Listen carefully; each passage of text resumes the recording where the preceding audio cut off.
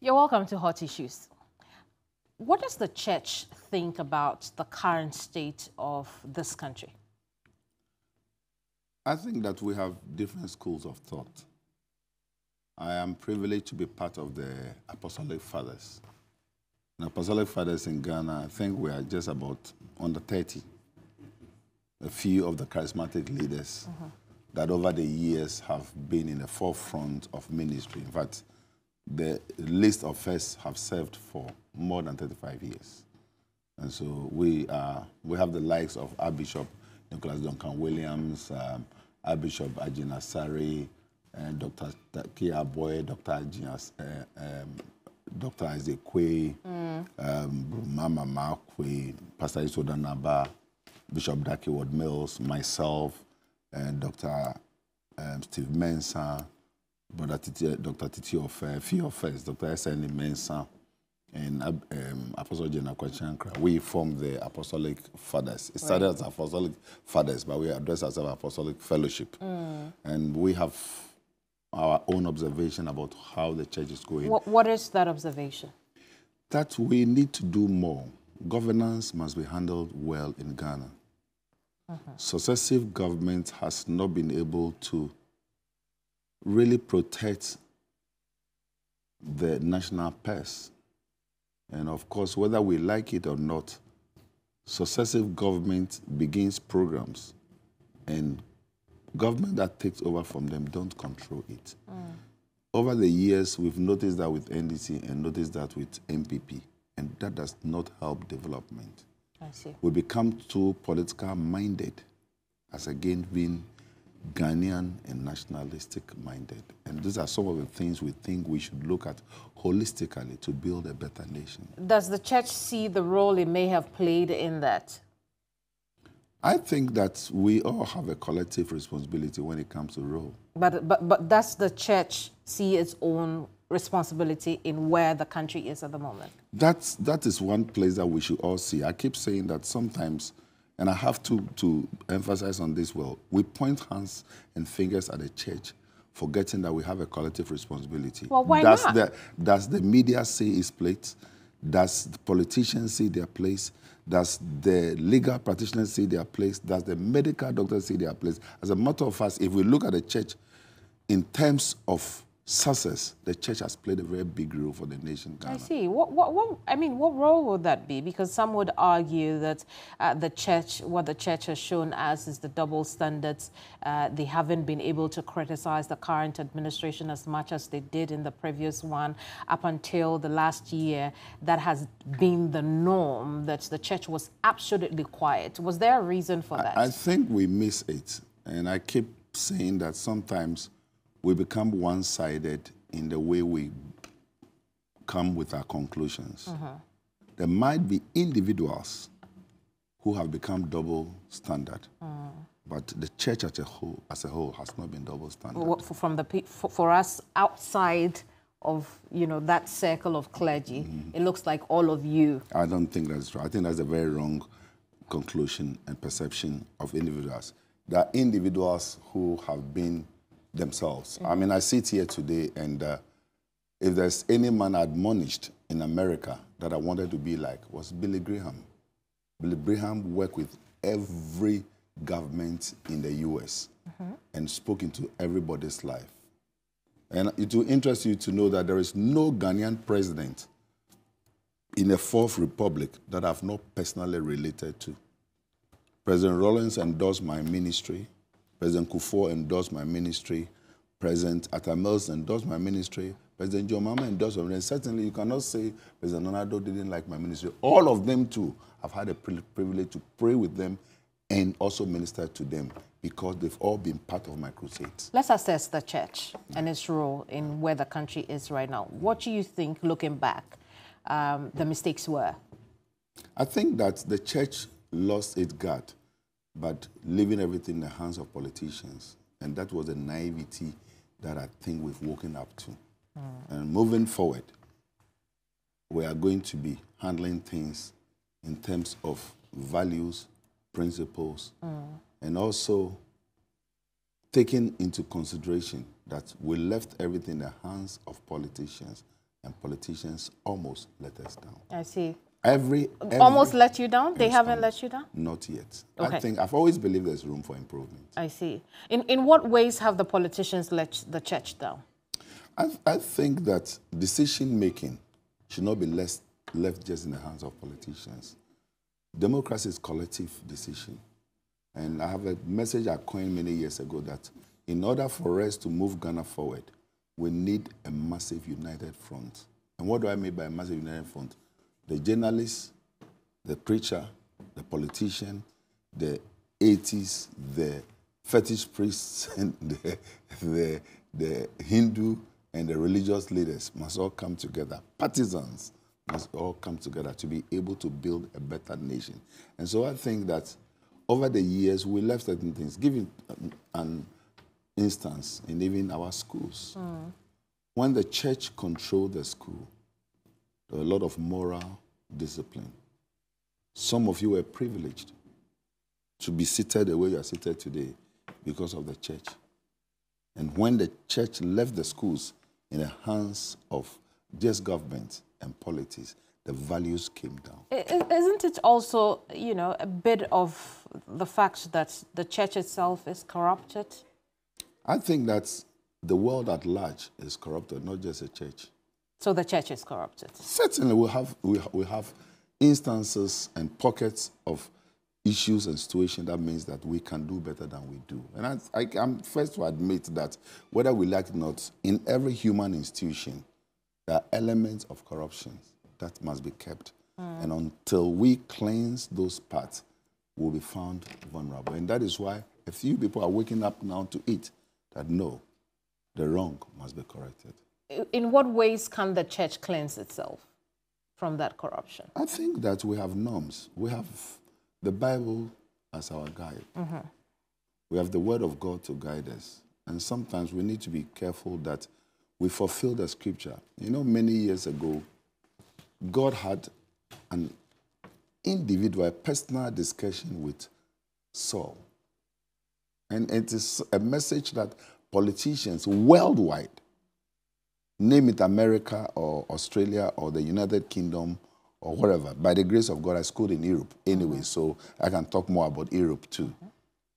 Said, if my people who are called by my name will humble themselves and pray and seek my face and turn from their wicked way, then will I hear from heaven, forgive their sins and heal the land. This is 2 Chronicles chapter 7, verse 14. I've never seen any politician met the church and not use that scripture before. But whether we understand it or not is another thing altogether. It is one thing talking and another thing walking the talk. There are 4 cardinal points there that I don't think we all seem to understand. If my people who are called by my name will, number 1, humble themselves. How many of us are humble? So that as we sit here today, what is the guarantee that you and I are humble?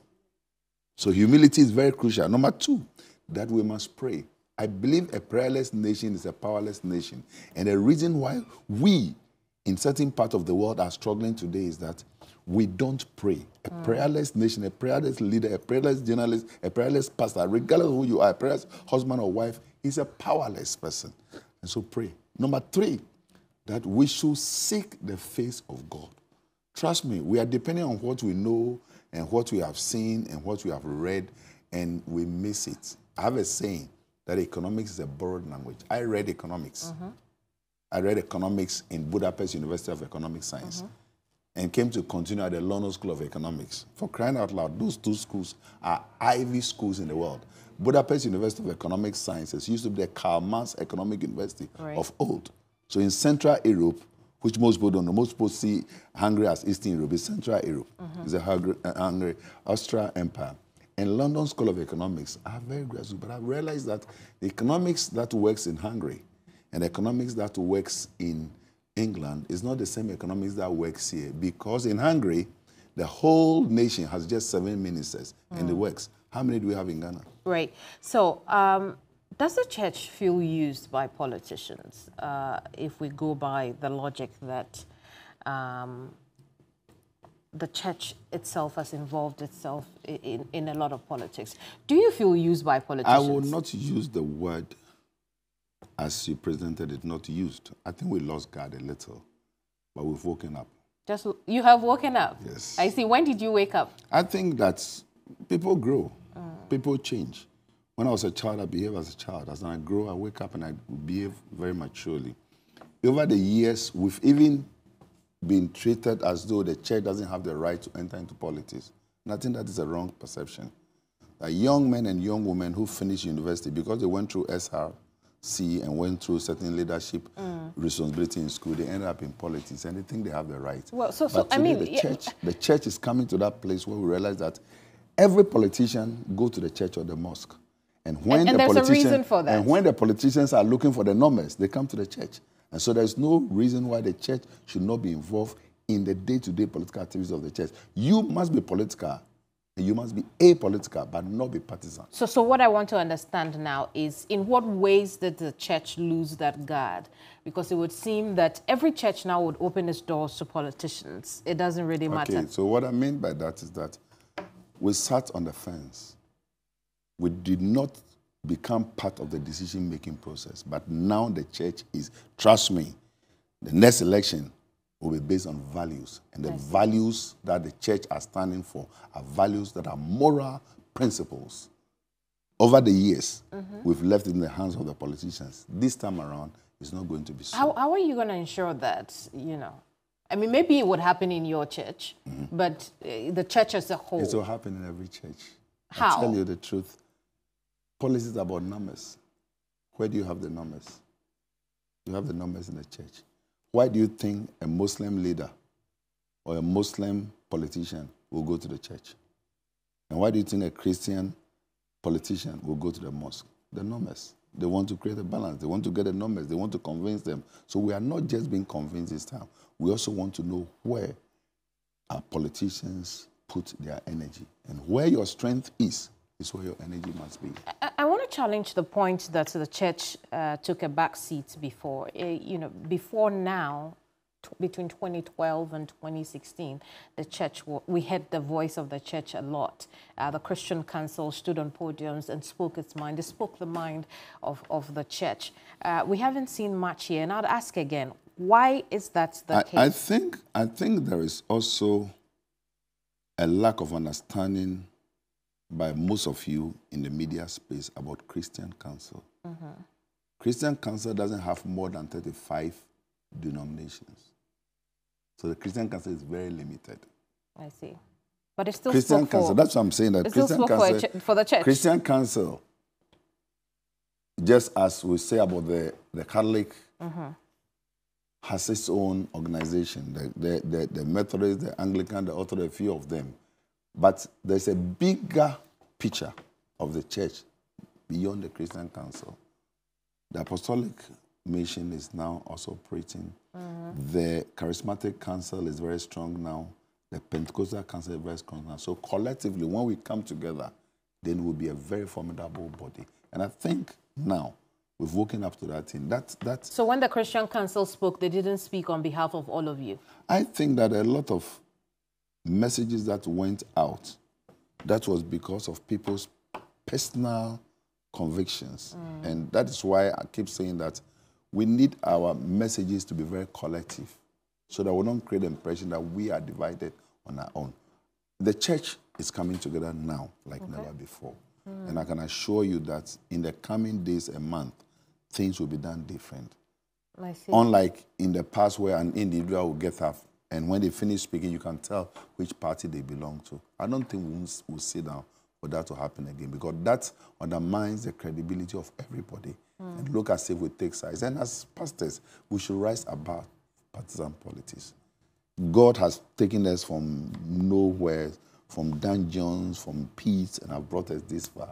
We should be stronger and firmer and speak the voice of God more than trying to impress any political leader. Well, I wonder if the preachers themselves will take what you're saying. But when we come back, I want us to discuss further the influence of the church and whether or not it has been abused over the years. Don't go away.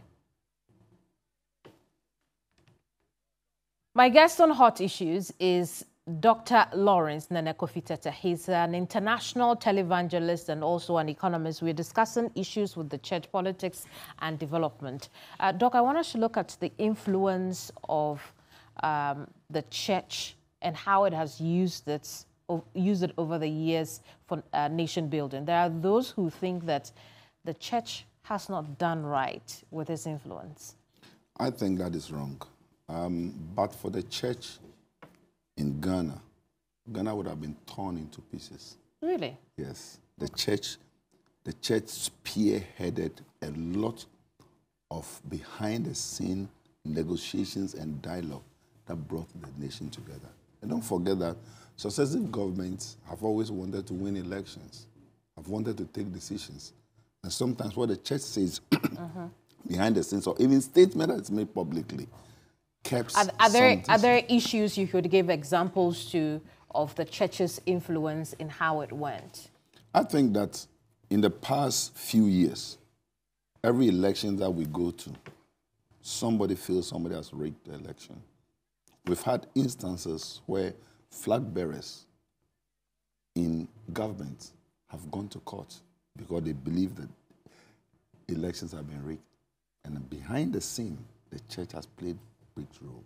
How some flag bearers have come back to concede defeat has a lot to do with the religious leadership of this community. And besides that, people have been called aside to even be admonished and advised of their choice of words. Remember, emotions have no intellect.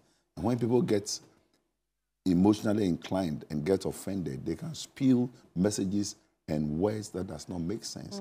But the church has been able to bring that in order. And I think those are the things that have saved us from becoming like Rwanda or Ivory Coast or other nations in the sub-region. There's no denying that the church has had great influence in keeping the peace in the country. But let's look at other national issues. Let's say job creation. What has the church done to help with that? I think that you'll be surprised to know that most of the job creations in the nation today started with the church. Really? Like which one? Give you an example, the schools. The schools. Where does the Wesley Girls start from?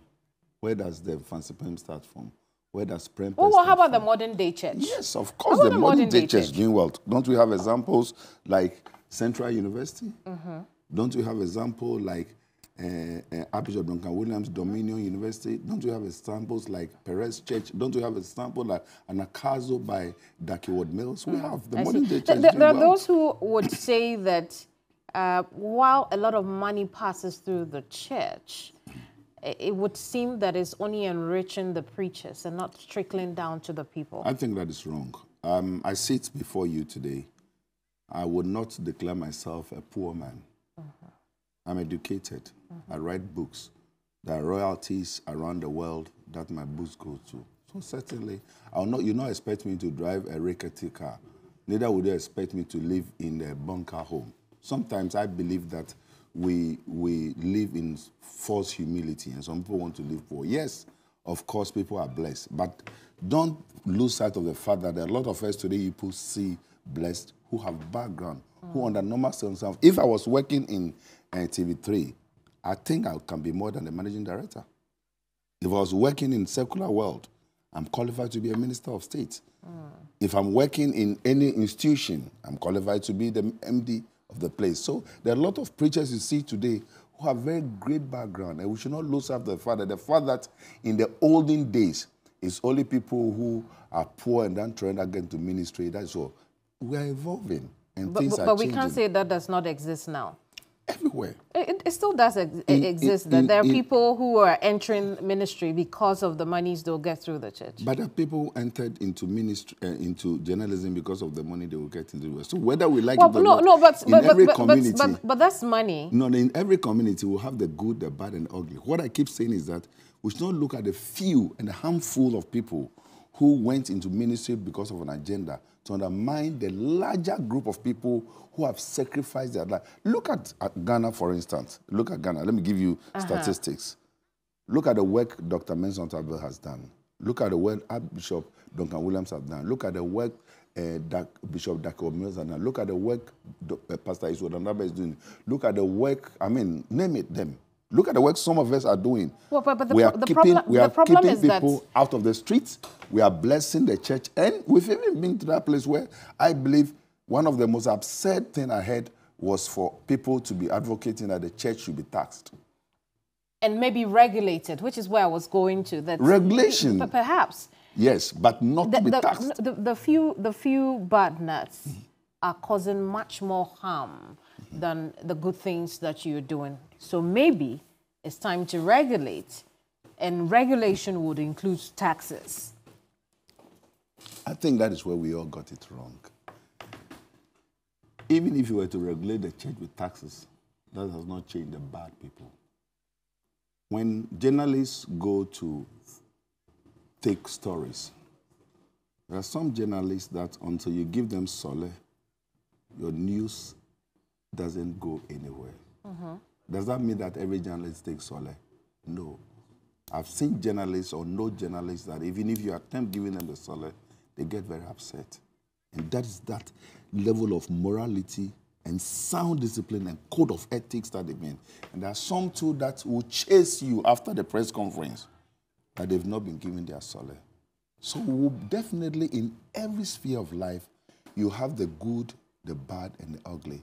I get very, very, very, very disappointed when intellectuals and people you expect to know better just look at one or two people and the acts they have presented to downsize the entire church. I think we can do better than that. But the harm caused is what makes people come to the conclusion that it's time to do something about it. Let's use the example of the journalists. You know where to go if you think that journalist has not treated you fairly. Come on. You know where to go. You have the option. Maybe you don't do it. Come on. You choose not to do it. You know it. But you have the option. You know it. In the case of that preacher, that church that has abused their position, their influence, their power, what do I do?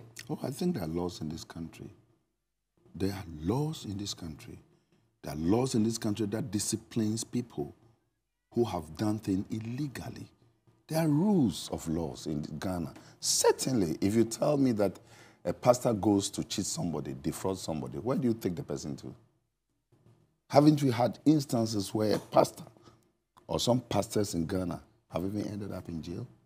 And so the thing is that most often than not, those of you who have come from Christian homes, who have enjoyed the benevolence of the church, are the ones who play the devil advocate against the church. Because the truth is that, but for the church, sweetheart, you will not be speaking English language here. So you'd have been in some kaba somewhere in some chances.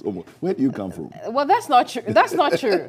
That's not true. The church has played a big role in shaping this nation. I absolutely, I've made the point that the church of the past.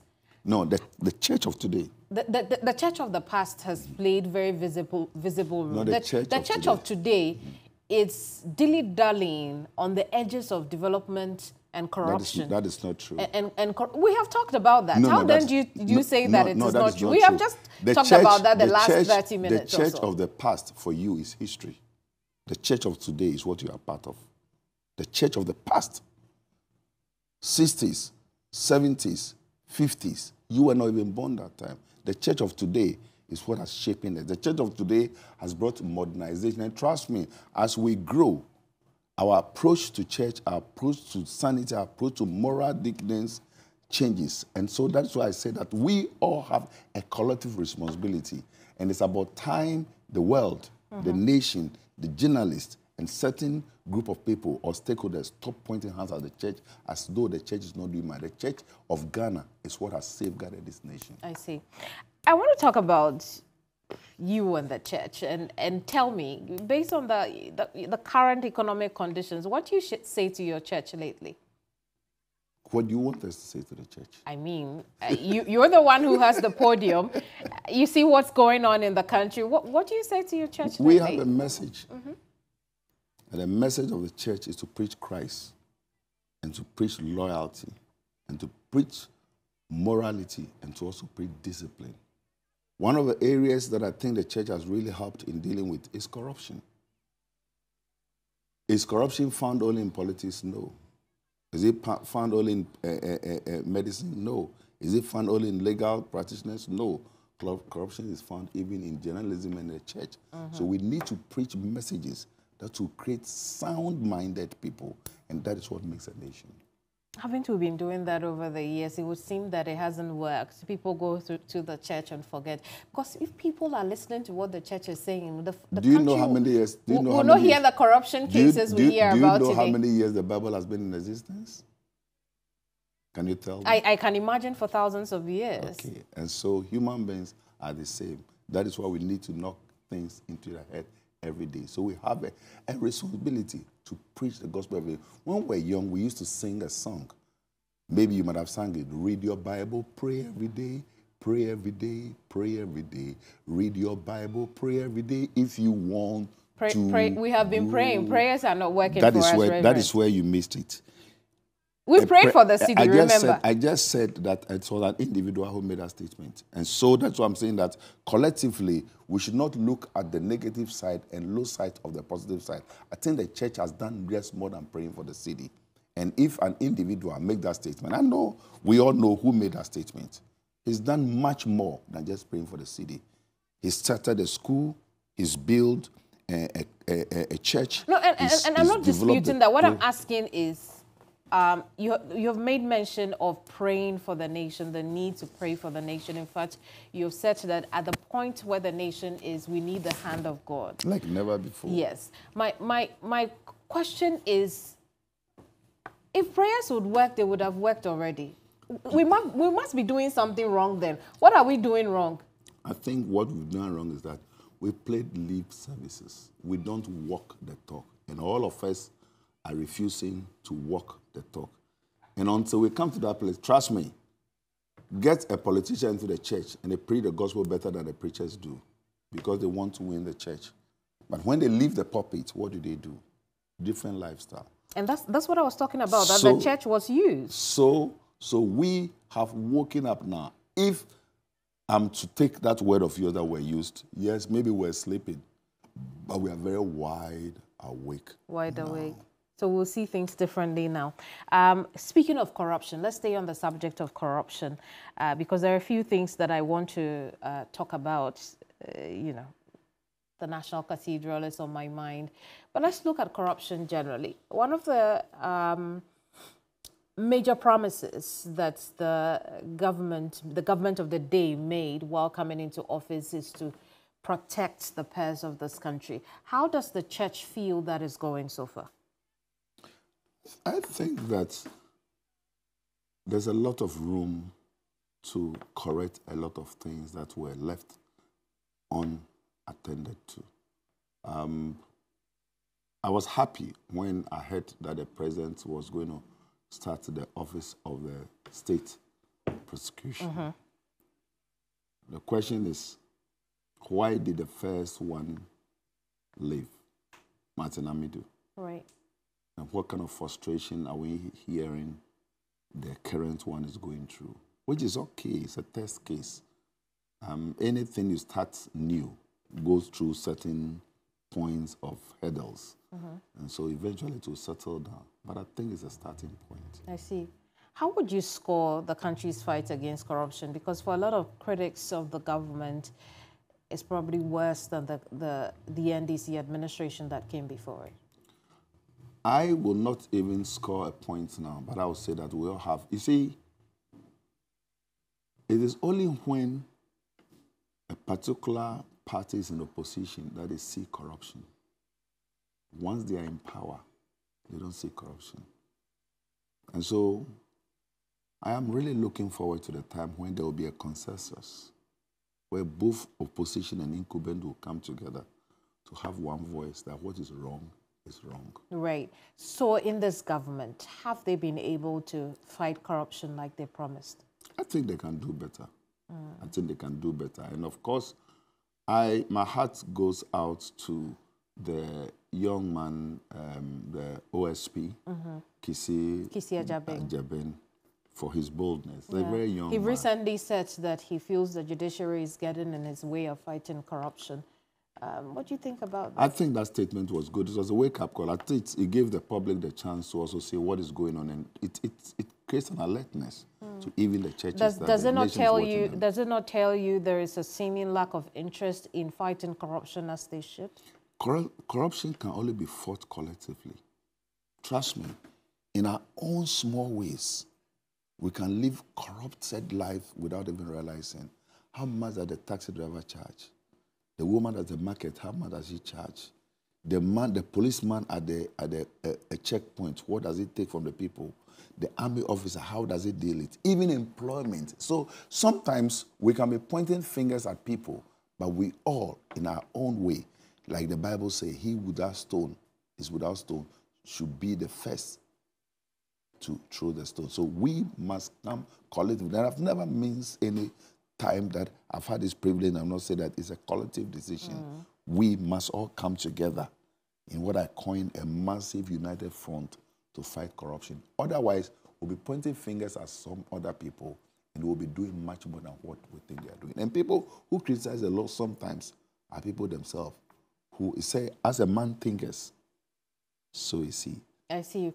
Reverend, I also see that you're dancing a lot around my question. Do you think, again, I'd ask, do you think that this government is fighting corruption and fighting it well at all? What is corruption for you?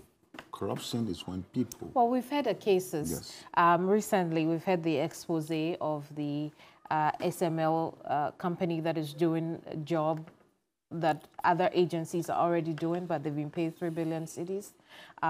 We've heard how the fight against Galamsey has been corrupted by members, allegedly, by members in the administration. So we've had cause to raise questions. I have always said that fighting corruption is a collective decision. We need to speak, like we are speaking out now.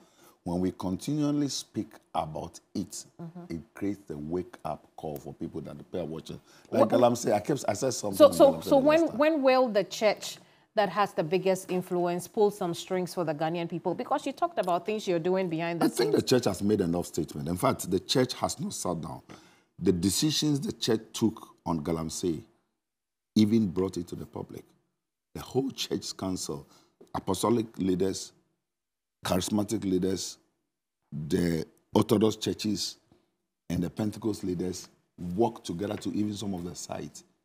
Of course, people read different meaning from that, but the conclusion was that they realized that the church has woken up to it, that we can't sit down for our community to be messed up. But I keep asking this question that it's not just even the church. In every community, in every district, we have a district municipal executive. We have a district police commander. We have a district immigration officer. We have a district national security officer. What do? It means somebody somewhere is aware of what goes on. And that's why I'm saying that we must collectively, when we come together, whether it's the district security council or the regional security council, to fight this. What other steps? Otherwise, we'll be pointing hands at just government and we'll be losing sight of the fact that it's collective. Government has the purse. It is collective. And if government took the steps to implement the laws that will help it curb corruption, then maybe we would get somewhere. That is why I'm saying that in the coming election, a lot of values will be looked at. You'd have to convince me a bit more. What are those values? What are some of the manifestos that we are voting for? It's not just belonging to NDC or belonging to MPP, but how are those manifestos going to channel into governance that will benefit the nation? Very important. I see. Besides corruption allegations that we believe are siphoning money from the public purse, we generally have economic challenges as well. You're an economist. How have you processed how things have gone so far in this country at this time? I have a saying that economics is a borrowed language. And why do I say economics is a borrowed language? What makes sense in America, makes sense in the United Kingdom, or makes sense in Europe, will not necessarily make sense in Ghana. When we talk about economics, different fashion, we talk about the macroeconomy and the macroeconomy.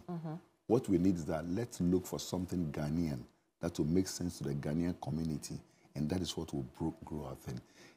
For instance, the things that we export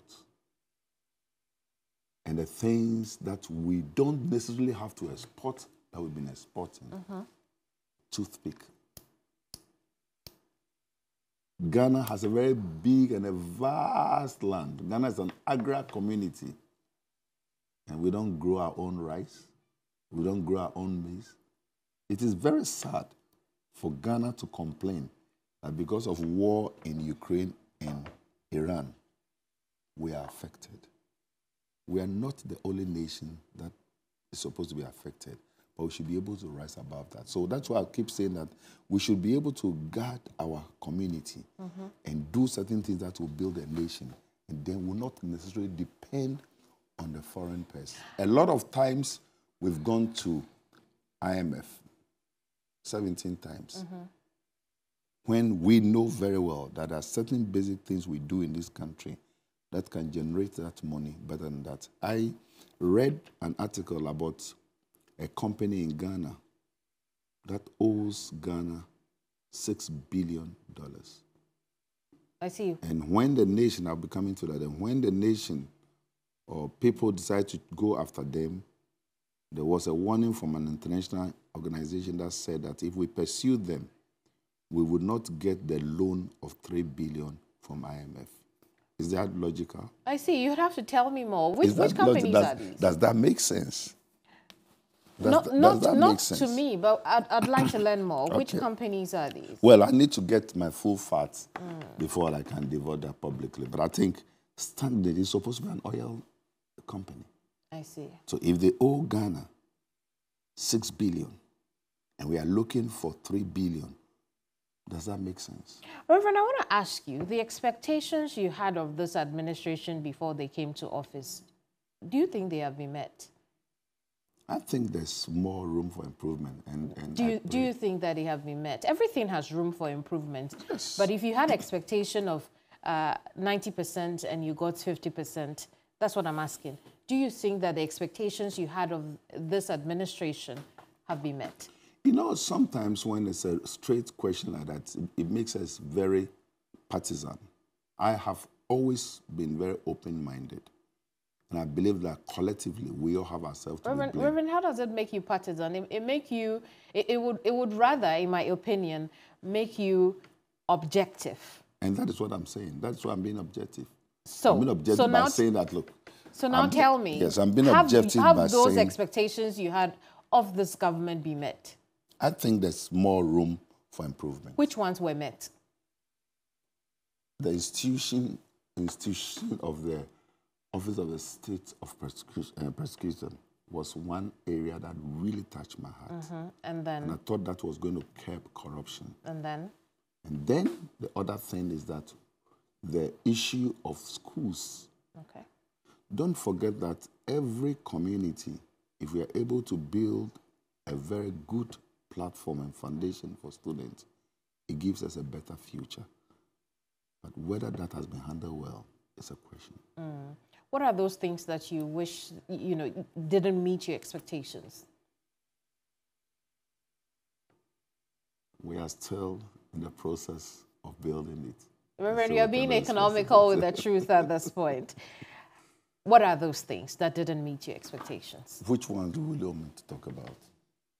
Any ones that I didn't know what your expectations were. So you tell me which ones didn't meet your expectations. We want a better living condition for every community. We want the national purse to go down to the downtrodden. We want to keep our children from the streets. We also want our roads to be met. And as a matter of fact, I believe we've not prioritized enough. That I've never minced my words on. As a nation, we should prioritize. There are certain places that we've laid more emphasis as against certain places that we should look at to build. I was in Equatorial Guinea about a month ago, and I noticed that even villages have streets in Equatorial Guinea. And I realized that this area, we are falling short of it. Of course, our road minister, Honorable. The government will tell the government will tell you that they have built more roads. That's what I'm saying. That's what I'm saying. That's what I'm saying. That if we prioritize, we can give a lot of support to the road minister to continue, because when we have good roads and good access, it gives us chance to even enter into our hinterlands more. I see. Very well. I want to talk about, you mentioned, priority, and one of the things that we've seen in the course of this year is the Bank of Ghana's insistence to put up an edifice, not just a building, as this new home, costing it multi-millions of cedis. What is the church's position on that? Do we need an edifice for Bank of Ghana? That's a question. What do you think? What would you say? Well, you are on that end. What would you say? Do we need an edifice? What do you think? The thing is that I keep saying that sometimes, because we don't prioritize certain things that are needful, becomes a situation. My biggest problem with the nation is that we seem to politicize everything. I would even rather look at even politicization of everything much more than even whether it's prioritized. Because we politicize things, we don't have a national cohesion. So anything MPP does, NDC has issue with it.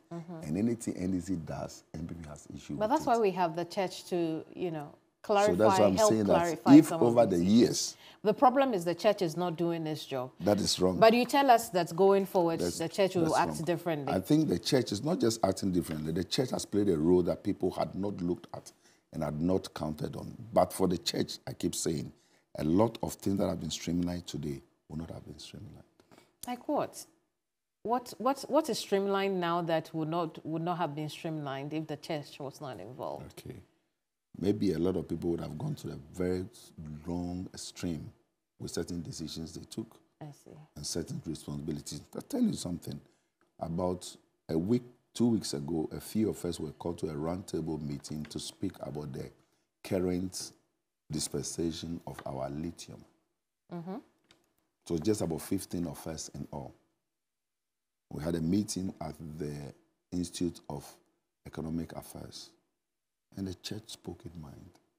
Of course, there are a lot of people who even felt it is not the place of the church to talk about mining. But what I keep saying is that our natural resources and our mineral resources are said to be in trust. What was the church's mind on the lithium agreement? That over the years, our conclusions and discussions with natural resources and mineral resources has not been handled well. We heard that Ghana was taking 10% royalties in the past. Yeah. What did royalty mean? Royalty simply means at that time we were colonized. We were a colonial community, and our colonial masters were giving 10% to the chiefs, the kings. That is why it's called royalties. But today we are independent. So people should come back to the drawing board again to reassess what we have given out. I feel people had different conclusions. I had a chat with Sir Sam Jonah recently, and he feels, no, the lithium was going. I kept saying that, let us go back to the drawing board again, and let's have a public discuss over this issue. What would you expect to be redrawn on that board, as far as the lithium deal is concerned? That we should do something that will favor Ghana. We should not always get a pittance. We should not always be saddled with anything at all. They gave it 10% and 50%. This time around, they said that because it was more than 10%, this is the best deal. No. We are not in colonial days anymore. Let's sit down. Let us not be cheap. What percentage will be?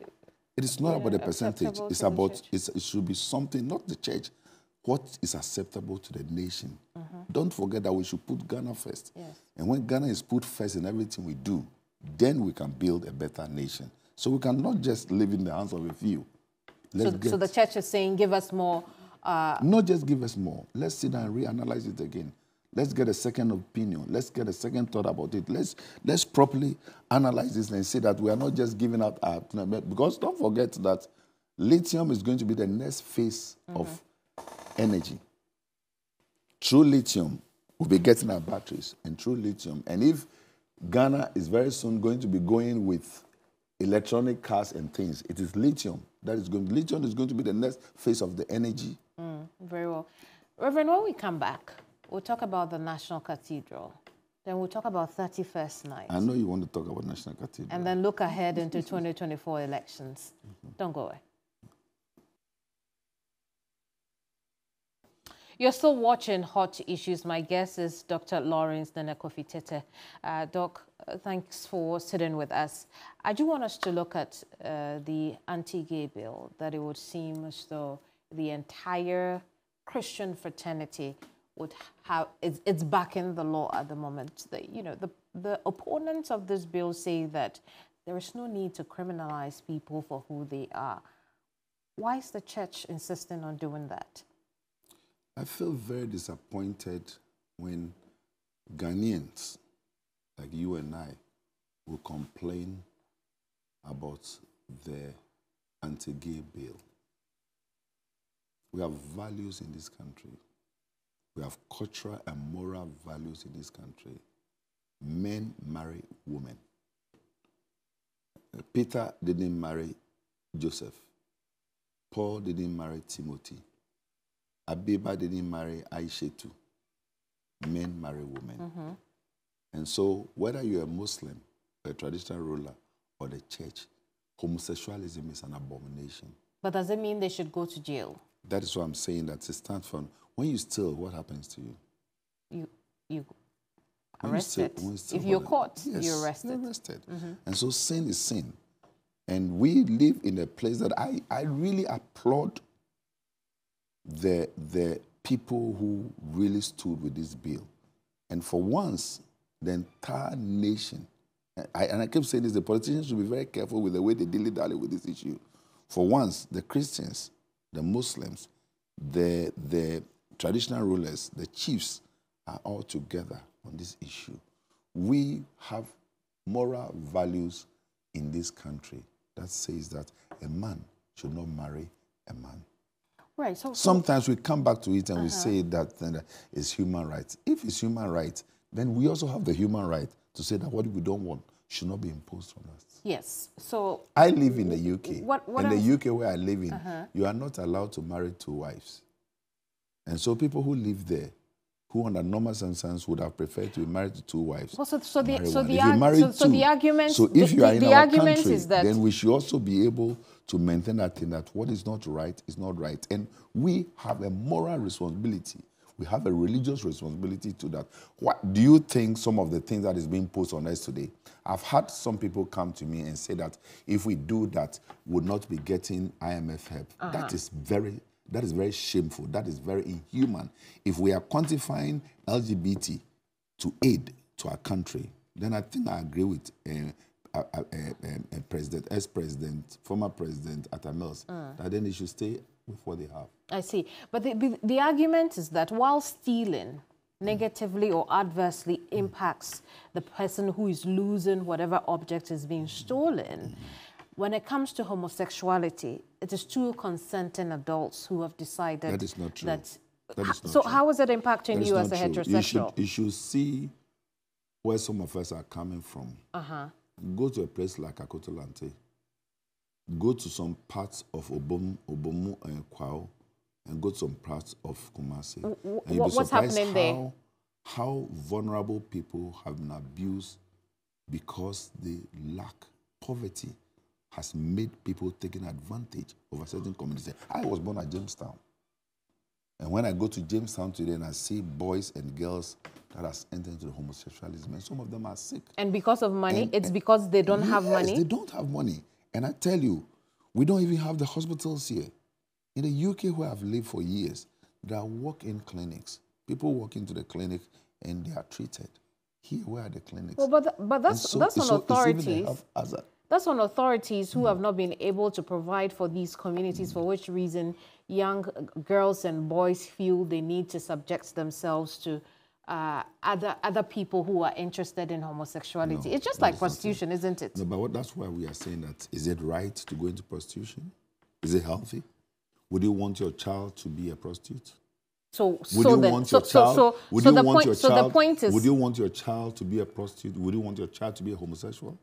so the point I'm making. What is progression? No, the point I'm making is. Where is progression? The point I'm making is we have left those people in the destitution where they find themselves, No, it's being imposed on us. How so? How is it being imposed on the people why of? Should Did you say Jamestown? How is it not just being Jamestown, imposed? the whole nation? Why should that become an issue? The truth is that as much as a lot of people are trying to hide away from the dangers of LGBT, we should be very careful that we don't destroy the generation behind us. We have a responsibility. So the law must stand. To safeguard, and the law must stand. The law must stand. I see. I read the Bible. I preach the Bible. How much of a hypocrite would I be? How much of a hypocrite would I be to say that I want to be balanced when it comes to LGBT? There's only one thing I keep telling people: don't be violent against them, and don't. But that's what the law is going to do. The law will end up causing people to be violent against those who identify with the community. I think that bill will give us a good presence to be able to deal with situations. Right. But it would seem that the church is softening its stance when you look at what the Pope said recently from Vatican. But don't we have individuals to make statements? Do you think the church is softening its stance with the Pope's position? I don't think, no. The Pope, that's why I keep saying that the Pope is a leader of a particular religious organization, the Catholic Church. The Pope is not the head of Church of Pentecost. The Pope is not the head of the Methodist Church. The Pope is not the head of Presbyterian Church. The Pope is certainly not the head of Anglican Church. But it also means that it's coming, isn't it? No, I see. Let's move on to some other issues. The Apostolic Fathers consult on the need to build the National Cathedral? Well, there are some of the Apostolic Fathers who were members of the cathedral. I see. Bishop Dakimolbe was, Dr. Menson Tabel was, Archbishop Nicholas Duncan William was, and Pastor Israel Anaba was. But as I speak now, they've all resigned. Do you know why? Well, I think they were not comfortable with a few situations, and they thought they must as well sit back. I see. How about you? How do you feel about the National Cathedral? I was very excited initially about the National Cathedral. Not anymore? But having heard some of the things I'm hearing now, if my colleagues there are not comfortable, I think I'll be very unwise to say I really want it done. I see. I see. Reverend, we're going into the end of the year. I'm sure you have a message for people. We're going to be hearing a lot of prophecies, won't we? I have always said that prophecies are good for a nation, but we need wisdom to present our prophecies. There are public prophecies and private prophecies. We heard of Nathan and David. We've heard prophecies where they say, put your home together for something that's going on. We've heard prophecies that are public. I believe that I will admonish my brothers and my sisters in the prophetic ministry not to bring doom prophecies. Don't go and prophesy that somebody is going to die. Don't go and prophesy that somebody is going to be having an accident. There are certain prophecies that are very private. Right. Let's learn to handle it private.